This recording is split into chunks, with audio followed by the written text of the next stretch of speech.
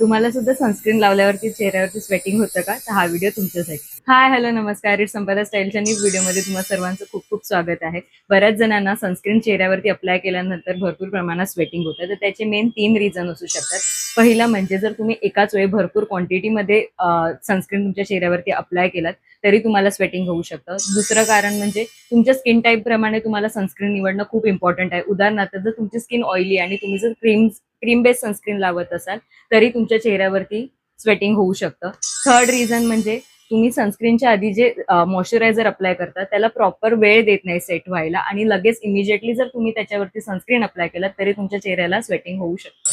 तर हे स्वेटिंग होऊ नये म्हणून त्यासाठी काय उपाय आपण करू शकतो? तर पहिलं म्हणजे तुम्ही भरपूर प्रमाणात एकाच वेळी भरपूर सनस्क्रीन चेहऱ्यावरती अप्लाय करू नका. आधी एक लेअर लावा, तो पूर्ण स्किनमध्ये ऍब्झॉर्ब व्हायला द्या आणि जर तुम्हाला नीड वाटली सेकंड लेअरची तरच सेकंड लेअर अप्लाय करा. सेकंड थिंग म्हणजे तुमच्या स्किन टाईप प्रमाणे सनस्क्रीन निवडणं सुद्धा तितकंच इम्पॉर्टंट आहे. लास्ट व्हिडिओमध्ये मी सनस्क्रीन रिव्ह्यू केलं होतं.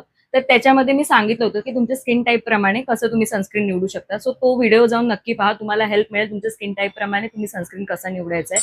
थर्ड म्हणजे तुम्ही मॉइश्चरायझर अप्लाय करून झाल्यानंतर तुम्ही थोडा त्याला वेळ द्या, त्याला प्रॉपर सेट होऊ द्या. 5 मिनिटाचा एक टाइम ब्रेक द्या त्याला. ते पूर्ण स्किनमध्ये सेट झाल्यानंतरच तुमचं सनस्क्रीन अप्लाय करा. सो हे उपाय करून नक्की बघा. सो आजचा व्हिडिओ तुम्हाला कसा वाटला हे मला कमेंटमध्ये नक्की सांगा. इट्स संपदा स्टाईलच्या इंस्टाग्राम पेजला फॉलो करा, युट्यूब चॅनलला सबस्क्राईब करा. असेच भेटू नेक्स्ट व्हिडिओमध्ये. तोपर्यंत stay tune and stay healthy. Bye.